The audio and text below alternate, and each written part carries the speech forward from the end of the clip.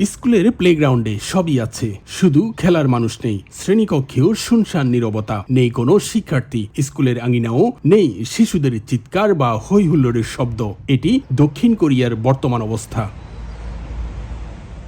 জন্মহার দ্রুত কমতে থাকায় দক্ষিণ কোরিয়ায় পর্যাপ্ত শিক্ষার্থীর অভাবে এবছর বন্ধ হয়ে যেতে বসেছে দেশটির 17টি শহর ও প্রদেশের প্রায় 49টি প্রাথমিক ও মাধ্যমিক স্কুল। দেশটির শিক্ষা মন্ত্রণালয় বলছে, চলতি বছরে এখন পর্যন্ত 184টি স্কুলে প্রথম শ্রেণীর কোনো শিক্ষার্থী ভর্তি হয়নি। ধারণা করা হচ্ছে আগামী বছর এই সংখ্যা 2 শতাধিক ছাড়িয়ে যাবে।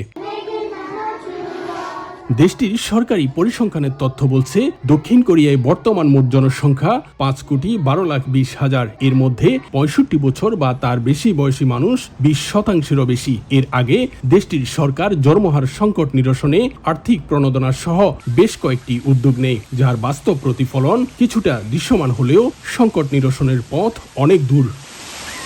এদিকে গত 10 বছরের মধ্যে গেল বছর প্রথম জন্মহার বাড়তে দেখা যায়। 2023 সালে জন্মহার রেকর্ড ছিল 0.72%, আর 2024 সালে তা 0.03% বেড়ে হয়েছে 0.75%।